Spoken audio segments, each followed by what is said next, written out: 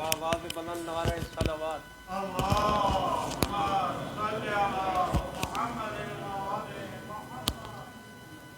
نعرہ تکبیر، نعرہ رسالت، نعرہ حیدری، بر محمد وآل محمد صلوات. اللهم صل على محمد وآل محمد. برای تاجیل ظهور آقا امام زمان بلندتر صلوات. اللهم صل علی محمد و آل محمد. سورہ فاتحہ شہدائے کربلا اور اسیران کربلا، خاص کر بی بی زہرا سلام اللہ. بسم اللہ. الحمدللہ رب العالمین الرحمن الرحیم مالک یوم الدین ایاک نعبد و ایاک نستعین اهدنا الصراط المستقیم صراط الذین انعمت علیہم غیر المغضوب علیہم ولا الضالین. درود پڑھیں محمد و آل محمد، محمد و آل محمد وعجل. ماشاءاللہ جتنے لوگ فرش اعضاء پر بیٹھے ہیں اس انداز سے درود کی آواز نہیں آ رہی، بلند آواز میں.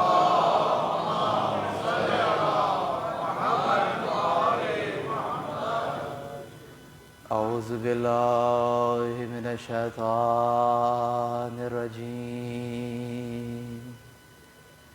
بسم اللہ الرحمن الرحیم. الحمد للہ رب العالمین.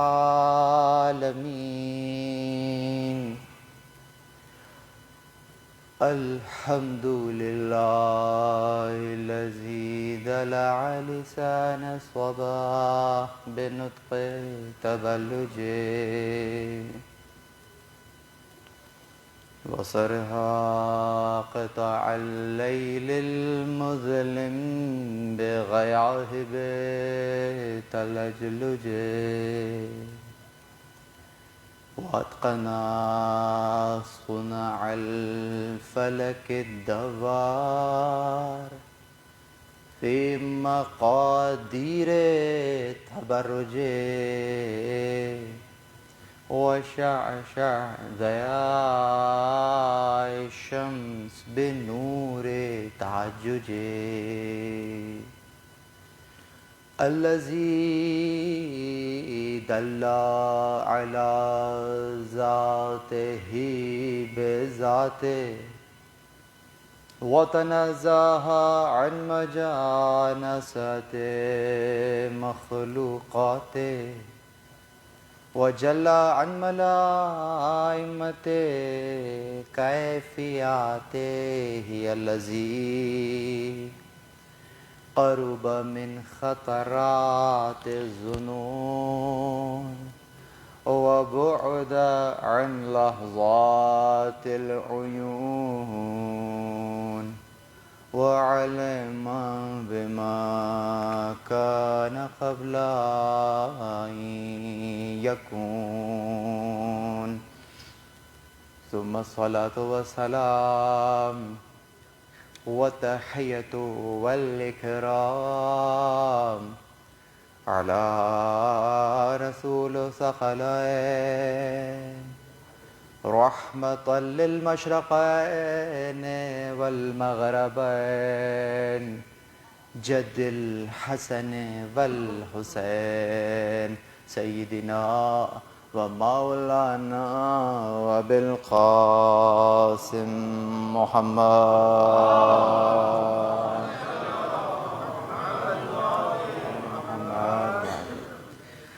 وأهل بيته الطيبين الطاهرين المعصومين المظلومين المنتجبين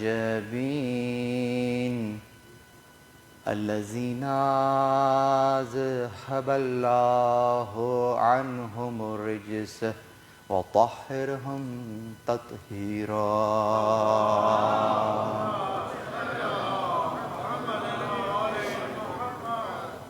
ولعنة الله على أعدائهم من يوم عداوتهم إلى قيام يوم الدين أما بعد قال الله سبحانه وتعالى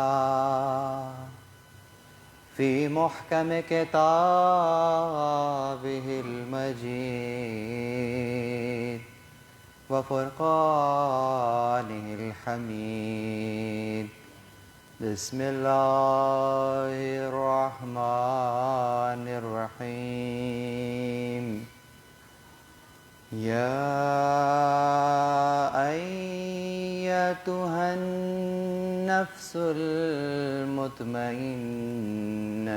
ارجعي إلى ربك راضية مرضية فادخلی فی عبادی وادخلی جنتی.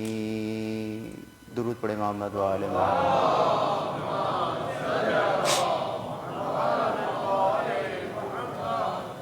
عزیزان گرامی قادر، الحمد للہ الذی جعلنا من المتمسکین بالقرآن الکریم وبولایت امیر المومنین وائمۃ المعصومین علیہم السلام. درود پڑھیں محمد و آل محمد.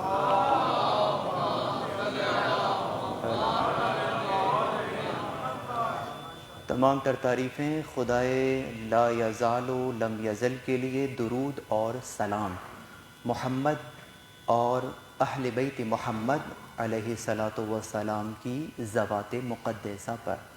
حمد ہے اس خدا کی کہ جس نے ہمیں اور آپ کو قرآن کریم، ولایت امیر المؤمنین اور دیگر ائمہ علیہم السلام کی ولایت سے متمسک کیا.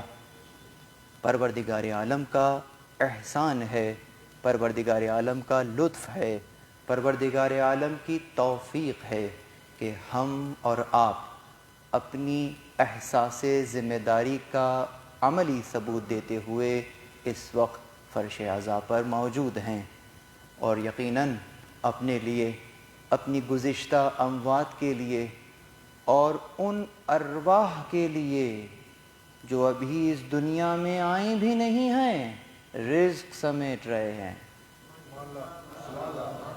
محمد و آل محمد بلند تر صلوات.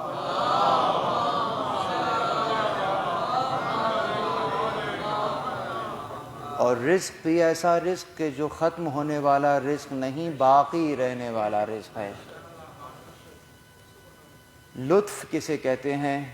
آج جس انداز سے کل ثقافت اسلامیہ میں استعمال ہونے والے بہت سارے الفاظ کہ جو کہ ہم اپنے رائج معنی کے طور پر استعمال کرتے ہیں تو وہ چاشنی محسوس نہیں کر پاتے، تو اسی انداز سے جیسے کل صبر کے اوپر کچھ بیان کیا تھا، رزق کے اوپر کچھ بیان کیا تھا، آج چاہتا ہوں کہ یہ جو لفظ لطف ہے یہاں سے بات شروع کی جائے.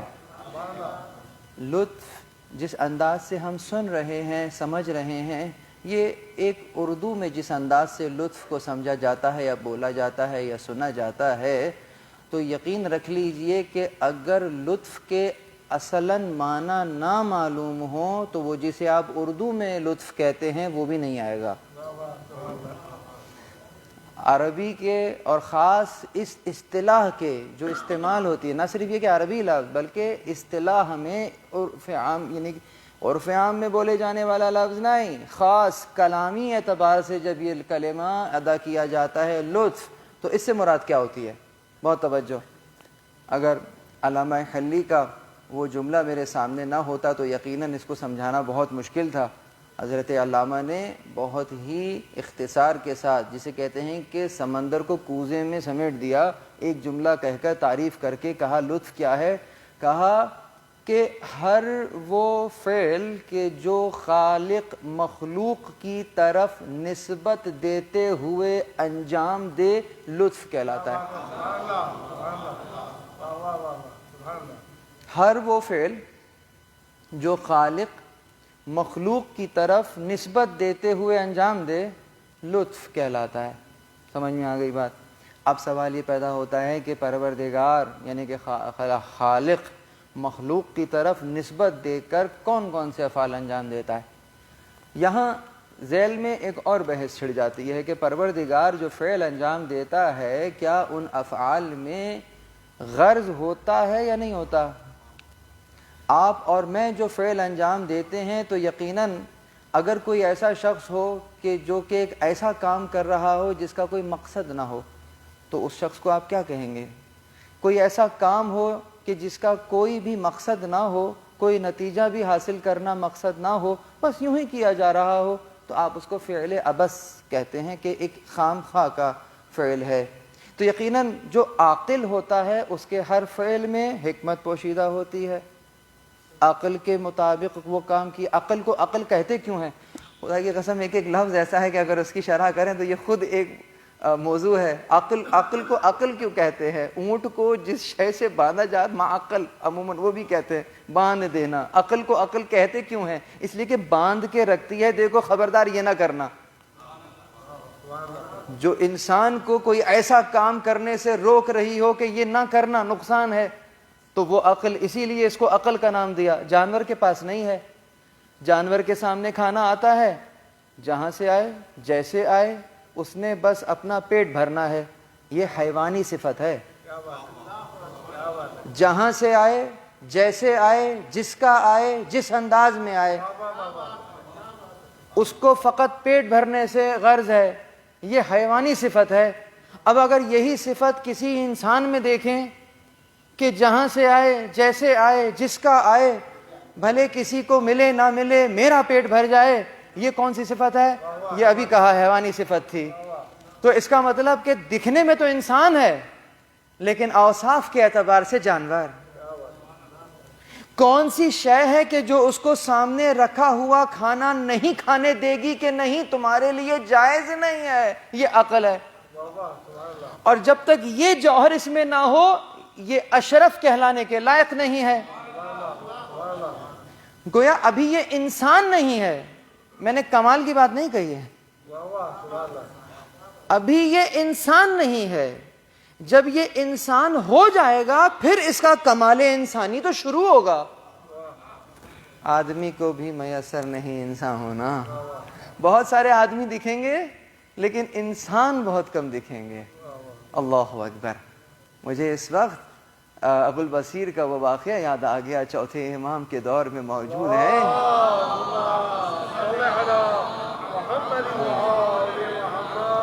حج کا موقع تھا اور ان کو نظر نہیں آتا تھا، سنائی دیتا تھا اور لبیک کی آوازیں آ رہی ہیں. جہاں جہاں بھی جدھر سے در و دیوار سے بھی لبیک کی آوازیں آ رہی ہیں تو جملہ کہہ دیا مولا ماشاءاللہ آپ کے جد کے ماننے والے کس قدر ہیں کہ اتنے زیادہ حجاج جو ہیں وہ یہاں آئے ہیں. تو آپ نے کہا کہ نہیں بلکہ ما اکثر الزجیج وما اقل الحجیج. یہ کہو شور کرنے والے کتنے آئے ہیں، ان میں حاجی تو بہت تھوڑے ہیں. پریشان ہو گیا مولا سمجھ نہیں آیا. کہا اب امام نے اشارہ فرمایا، آنکھوں کی طرف اشارہ فرمایا. کہا اب دیکھو. اب جب دیکھا تو کیا دیکھا کہ کوئی کیسا جانور ہے، کوئی کیسا حیوان ہے اور حیوانوں کے درمیان میں کہیں کہیں انسان احرام پہنے کھڑے ہیں. یہ کیا ہوا؟ اصل دکھا دیا، حقیقت دکھا دی. یہ ہے حقیقت. اللہ اکبر. وہ تو امام ہے. اللہ اکبر. عرفاء کی حالت یہ ہے کہ اگر اس میدان میں سفر کریں تو پھر جسے کہتے ہیں آنکھوں سے پردے کا ہٹ جانا، تو وہ صورت کہ جو برزخ میں ہوتی ہے عرفاء یہیں دیکھ لیا کرتے ہیں. نام لینے کی ضرورت نہیں ہے کہ ان کا پردہ بھی رہ جائے کیونکہ وہ چاہتے نہیں تھے کہ نام لیا جائے. جب عوام میں آتے تھے ملنے کے لیے تو یا ستارو کا ورد کر کے آتے تھے. پروردگار چھپا لے. اللہ اکبر. یہ کیا ہے؟ یہ باطنی نگاہ ہے. باطنی نگاہ کے کھل جانے کے بعد اس انداز کا معاملہ ہے. تو عرض کیا کر رہا تھا کہ اس انداز سے انسانی صفت کیا ہے؟ وہ کون سی شے ہے جو روک لیتی ہے؟ عقل ہے. تو اب اس عقل کی ہدایت کے لیے پروردگار نے کچھ انتظام فرمایا یا نہیں فرمایا؟ تو یقیناً عقل بھی جو دیکھ رہی ہے، جو جس انداز سے جو اس کا تجربہ ہے اس سے یہ روشنی لے رہی ہے. یقیناً بہت سارے لوگ ہیں، سب کی عقل برابر تو نہیں ہے، ایک برابر عقل تو کسی کی بھی نہیں ہے. تو اس کا مطلب عقل کو بھی کہیں ضرورت پڑتی ہے. مثلا عقل نے یہ جان لیا کہ یہ دنیا کم از کم آخری منزل نہیں ہے، اس کے ختم ہو جانے کے بعد حیات کا سلسلہ ختم نہیں ہوتا. خود عقل فیصلہ کرے گی کہ یہ نہیں ہو سکتا، عقلاً محال ہے. لیکن اس حیات جو اس کے بعد کی حیات ہے اس کی کیفیت کیا ہوگی، عقل وہ درک نہیں کر سکتی. یعنی جزیات تک نہیں پہنچ سکتی لیکن کلی فیصلہ مل جائے گا. ٹھیک ہے، جنت کا عقلاً فیصلہ ہو جائے گا کہ یہ ممکن نہیں ہے کہ ایک شخص خدا کی رضا میں راضی رہے اور یقیناً اس انداز سے اپنی زندگی گزارتا رہے کہ کئی مقامات پر اس کو یہ موقع میسر آئے کہ اگر ہلکا سا جھوٹ بول دیا تو ایک بڑا مقام مل جائے گا، اگر ہلکا سا کوئی ظلم کر دیا تو اس کو بہت بڑا مقام مل جائے گا. لیکن نہیں کرتا اور پوری زندگی قناعت کے اس انداز میں گزار دیتا ہے اور پھر اس مشکلات کا لڑتے لڑتے مقابلہ کرتے یعنی صبر کرتے کرتے اس کا انتقال ہو جاتا ہے. تو یقیناً اس کے لیے کوئی جگہ ایسی ہونی چاہیے جہاں اس کو اس کا اجر ملے. یہ عقل نے کہا، یہ عقل نے کہا کہ اگر یہ یہاں پر اس انداز سے اس کی یہ جزا تھی، اس انداز سے یہاں اس کی جزا دی جا رہی تھی تو کوئی نہ کوئی مقام اس انداز کا ضرور ہونا چاہیے. یہ عقل نے فیصلہ دے دیا. لیکن وہ مقام کی کیفیت کیا ہوگی؟ حوض کوثر کا معاملہ سن لیا، لیکن اب حوض کوثر کا جو جام ہوگا اس کی کیفیت کیا ہوگی؟ جنت میں دودھ کی نہریں ہیں، میں تو جیسے ہی دودھ کی نہر کا نام سنوں گا تو میرے ذہن میں تو یہی دودھ آئے گا جو مارکیٹ میں اویلیبل ہے. تو کیا یہی دودھ وہاں دودھ ہوگا؟ تو گویا پروردگار نے سمجھانے کے لیے بیان کیا کہ وہاں ایک شربت ہے، یقیناً بہت شیریں ہے اور بہت زیادہ نورانی سفید ہے، تم سمجھ نہیں پا رہے تو گویا سمجھو دودھ کی نہر ہے. وگرنہ یہ دنیا تو دنیا، یہ پست عالم. بات کہیں اور جا رہی ہے لیکن کیا کروں، روکوں ذرا سمجھیے. اس دنیا کے اندر آپ کے پاس جو جسے آپ لگژریز کہتے ہیں، ذرا ایک کاغذ پہ لکھنا تو شروع کیجئے اپنی دنیا کی لگژریز کیا ہیں جو بہت بہترین ہیں. سب سے بہترین کپڑا کون سا ہے؟ ریشم. آواز آ گئی، یہ دنیا کی لگژریز گنوا رہا ہوں. سب سے زیادہ میٹھی غذا کون سی ہے؟ شہد. آوازیں آ رہی ہیں؟ ایسا ہی ہے نا، یہ تو بچے بھی جانتے ہیں. اور جسے آپ خوشبوجات کہتے ہیں، جو عطر ہیں، جو سب سے اچھی خوشبو مانی جاتی ہے، وہ کون سی ہے؟ مشک. اور دوسری عنبر.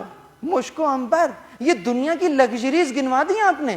اب ذرا جا کے لکھ لینا، بچوں کو بھی ہوم ورک دے رہا ہوں، جا کر ذرا دیکھنا یہ آتی کہاں سے ہیں. جو دنیا کی لگژریز آپ نے گروائی ہے نا، یہ ذرا دیکھ لینا آتی کہاں سے ہیں.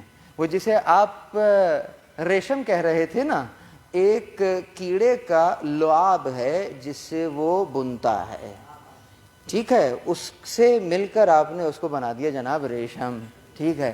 اور وہ جسے آپ بہت میٹھی غذا کہہ رہے تھے، دنیا کی لگژریس غذا تھی، وہ ایک مکھی کی قے ہے.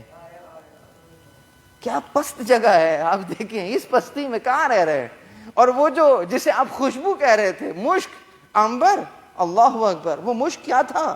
وہ مشک ایک جانور کی ناف سے نکلنے والا ایک مادہ ہے. ایسے ہی ہے. اور عنبر کیا ہے؟ عنبر تو ایسی شے ہے کہ منبر کے بھی کچھ تقاضے ہیں، میں منبر سے بیان نہیں کر سکتا کہ وہ عنبر آتا کہاں سے ہے. جائیے، جا کر دیکھیے گا کہ وہ عنبر کہاں سے آتا ہے. اللہ اکبر. کانوں کو ہاتھ لگا لیں. میں خدا نہ خواستہ منع نہیں کر رہا کہ وہ غلط ہوتا ہے، نہیں، جائز ہے، اس کا استعمال بالکل جائز ہے، اچھا ہے. لیکن ذرا یہ دیکھ لو کہ تم جس دنیا میں اس کو بہت عمدہ تصور کر رہے تھے، وہ کیا شے ہے کہ اس وقت جو مجلس آپ سن رہے ہیں، آغا صاحب منبر سے نام نہیں لے سکتے اس کا کہ کہاں سے آیا ہے وہ. یہ ہے آپ کی دنیا. تو اب مجھے بتاؤ کہ وہ جو عالم بالا ہے، وہ جو عالم خالص ہے، وہ جو عالم معنی ہے، یہ عالم اسفل تھا. اس عالم اسفل کی شے بے عین ہی اس عالم معنی میں ہو سکتی ہے؟ نہیں ہو سکتی. عالم خالص ہے. اس کی حیثیت کیا ہے میں سمجھ نہیں سکوں گا، میں اس کو ادراک یعنی کہ عقل نہیں بیان کر سک رہی، تو اب کیا ہوگا؟ اس عقل کی رہنمائی کے لیے وحی سامنے آ جائے گی، اب وہاں اس عقل کی رہنمائی کے لیے پھر وحی سامنے، یعنی کہ جزیات تک پہنچانے کے لیے پھر وحی آ جائے گی۔ اللہ اکبر! کیا ادھر ہم کہاں سمجھ سکیں گے؟ جس ہستی کے ذکر کے لیے ہم یہاں جمع ہوئے ہیں، اس ہستی کا مرتبہ یہ ہے کہ، اور میں نے علماء سے سنا، عرفاء سے سنا، آپ فرماتے ہیں کئی عرفاء، میں اب نام عرفاء کا خاص طور پر نہیں لے رہا کہ ان کا پردہ بھی رہے، وہ خود گوشہ نشین رہتے ہیں اس انداز سے کہ ظاہر نہیں کرنا چاہتے ہیں، کیا کہتے ہیں کہ شہزادی کے سیرت کو پڑھنے کے لیے، ان کے سیرت کے مختلف پہلوؤں کو درک کرنے کے لیے کتنے عرفانی مراتب ہیں کہ جب تک وہ طے نہ کیے جائیں اس پر بات نہیں ہو سکتی۔ سمجھ محمد بلندر صلوات،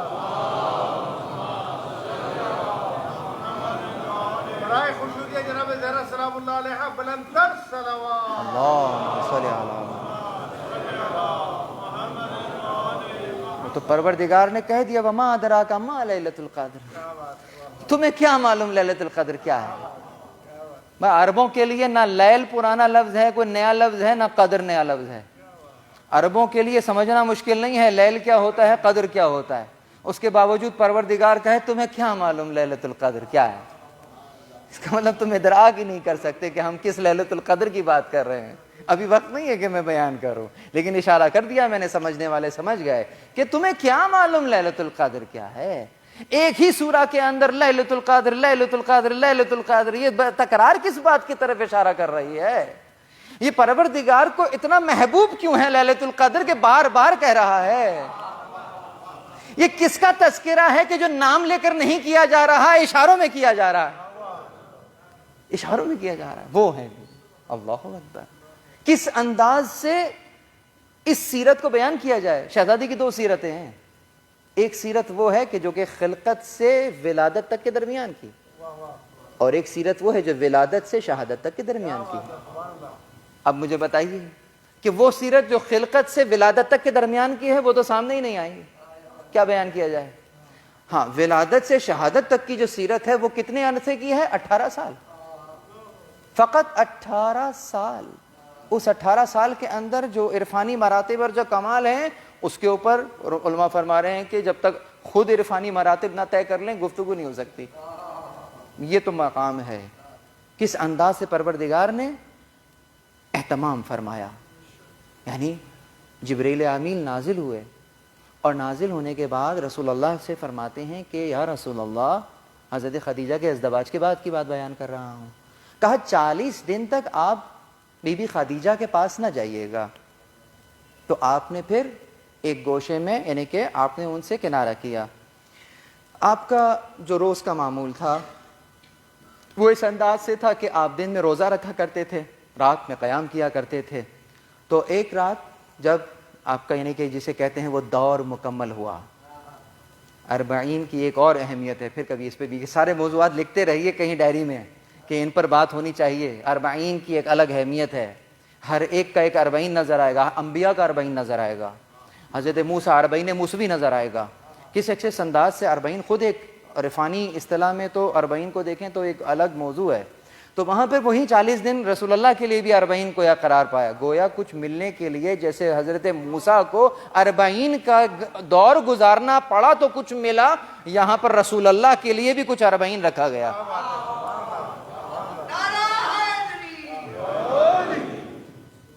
خدا معلوم اس انداز سے کیوں نہیں دیکھا جاتا کہ رسول اللہ کا بھی ایک 40 گزر چکا۔ تو وہ جو 40واں دن آیا، اب جبرائیل پھر نازل ہو گئے اور رسول اللہ کو ملا الاعلیٰ کی طرف ایک مقام پر پہنچے۔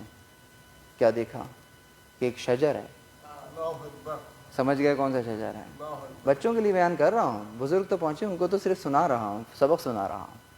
تو اب دو روایتیں ہیں کہ ایک یہ ہے کہ کوئی تھال پیش کیا گیا، اور ایک روایت یہ ہے کہ ایک پھل پیش کیا گیا۔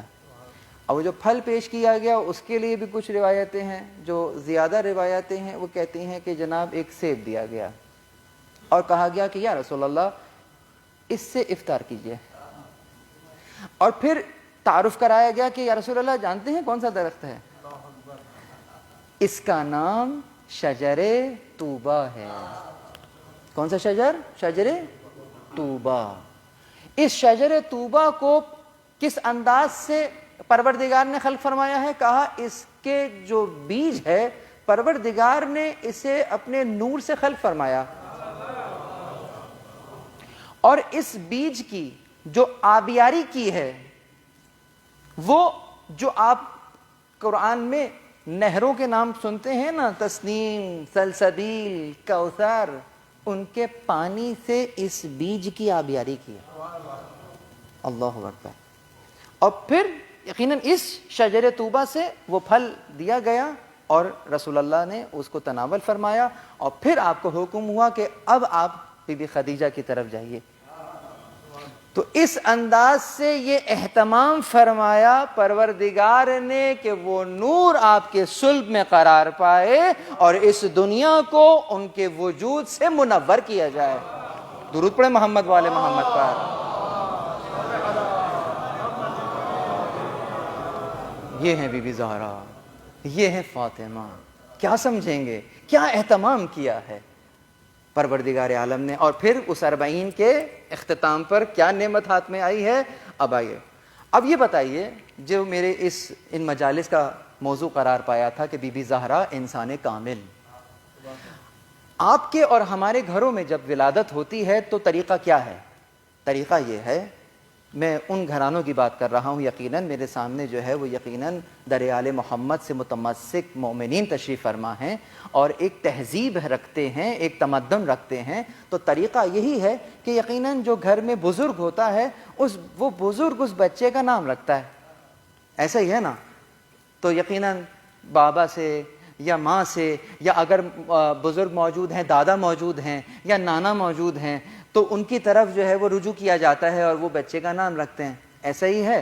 تو آپ جب اپنے جد کی طرف اس بچے کو لے کر جاتے ہیں کہ یہ بچی، یہ بیٹی پیدا ہوئی ہے، اس کا نام رکھ دیجئے، تو وہ بغیر ہی کچھ زیادہ دقت کیے ہوئے شہزادی کے القابات میں سے کوئی لقب کہہ دیتے ہیں.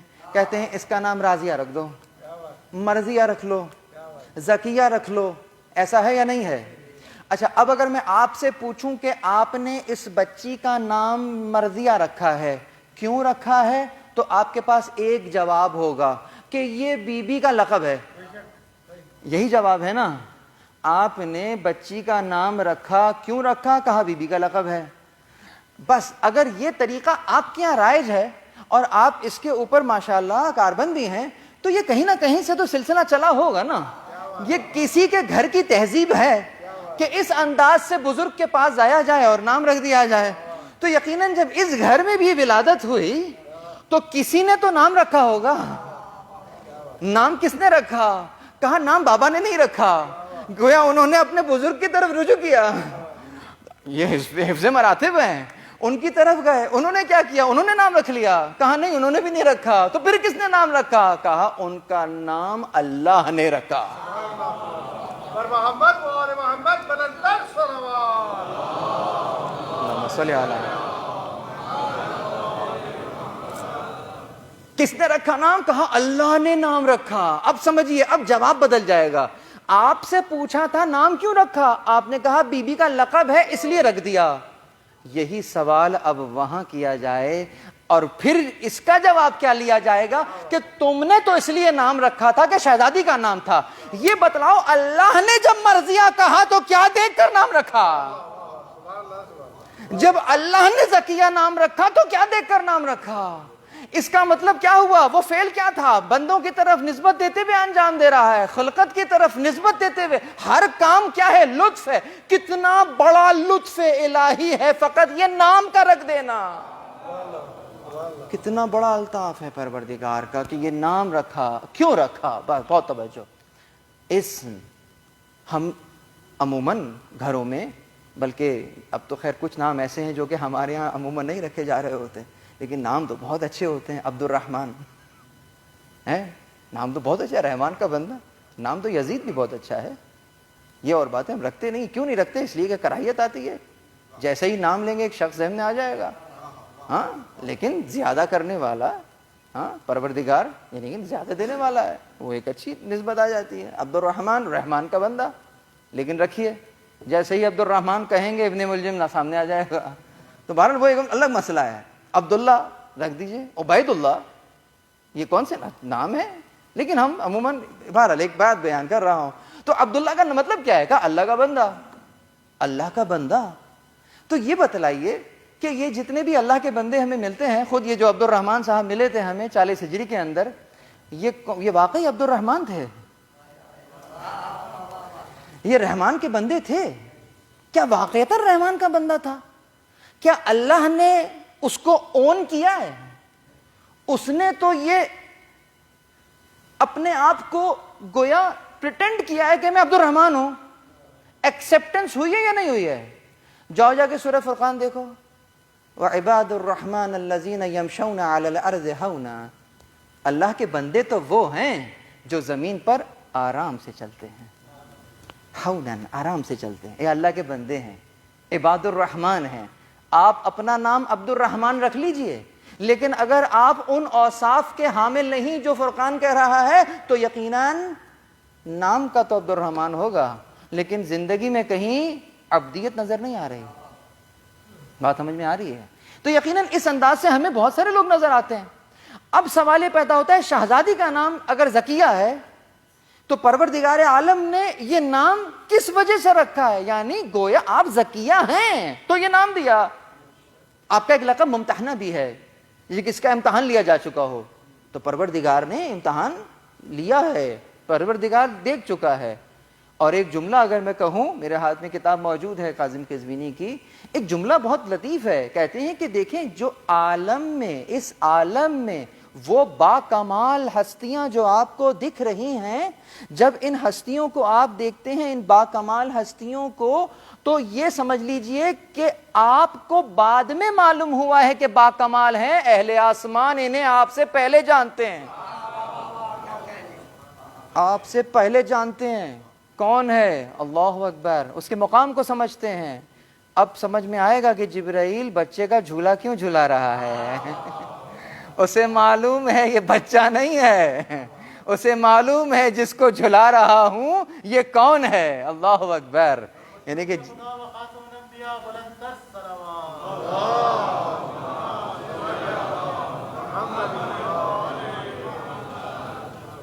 توجہ ہے. تو آپ کا جو نام پروردگار نے رکھا، کیا رکھا؟ اب جب چھٹے امام سے پوچھا گیا کہ آپ کے جو نام ہیں ان کی علت کیا ہے، تو امام فرماتے ہیں کہ ہماری جدہ کے 9 نام ہیں جو پروردگار نے رکھے ہیں. ان 9 ناموں میں سے کون سے نام؟ ایک تو وہی فاطمہ ہے، زکیہ ہے، مرضیہ ہے، راضیہ ہے. یہ تمام کے تمام بی بی کے نام ہیں اور ان کی علت بیان ہوئی ہے. درود پڑھے محمد والے محمد پر.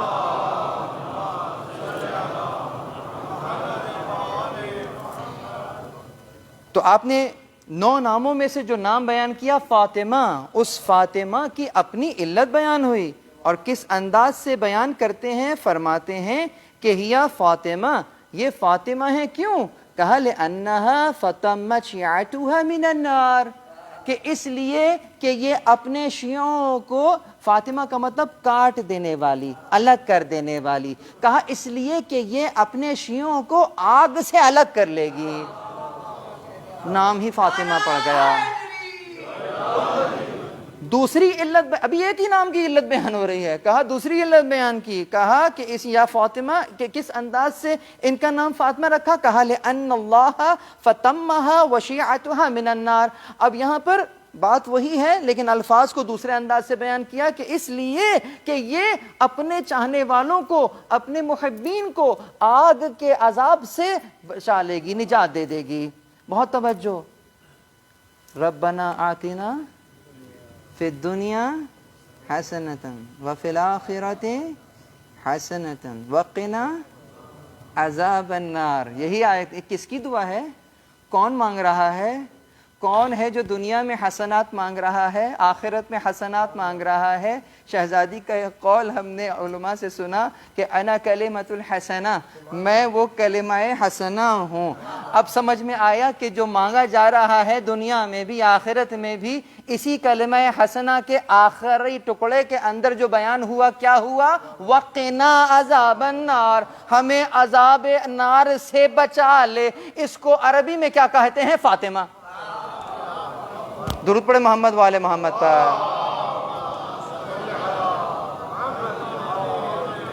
بھی زہرا حجت ہے، حجت۔ ائمہ علیہم السلام کہتے ہیں ہماری جدہ ہم پر حجت ہے، ہم تم پر حجت ہیں۔ اللہ کیا مقام ہے، ہماری جدہ ہم پر حجت ہیں۔ امام معصوم امام زمان اپنے زمانے کے کہہ رہے ہیں کہ مجھ پر بھی حجت ہے، کس کی؟ بی بی زہرا کی حجت ہے، اور ہم تمہارے اوپر حجت ہیں۔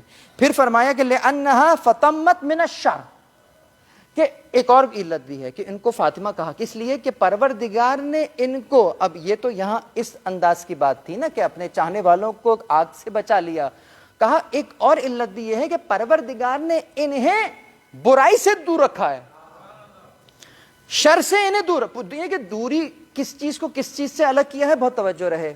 خود آیت تطہیر اس بات کے اوپر دلالت کرتی ہے۔ اگر یہ کوئی روایت نہ ہوتی، فقط آیت تطہیر ہوتی، تو اس کے اندر بھی ہمیں بیان ہو جاتا۔ کیا ہے آیت تطہیر؟ انما یرید اللہ لیذھب عنکم الرجس۔ کیا ترجمہ کیا؟ اللہ کا ارادہ ہے، انما یرید اللہ، اللہ نے ارادہ کر لیا ہے۔ کس شے کا ارادہ کر لیا ہے؟ لیذھب عنکم الرجس، کہ تم سے، اب بہت توجہ رہے میں ترجمہ، تم عنکم الرجس، تم کس چیز کو کس چیز سے دور کیا ہے؟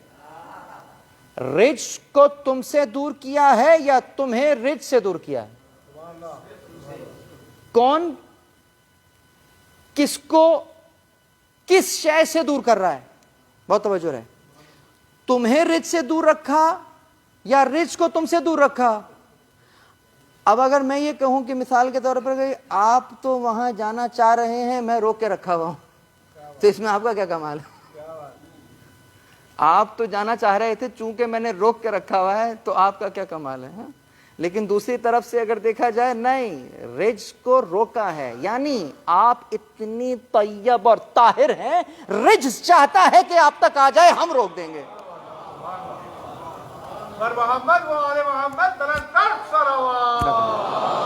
عنکم الرجس۔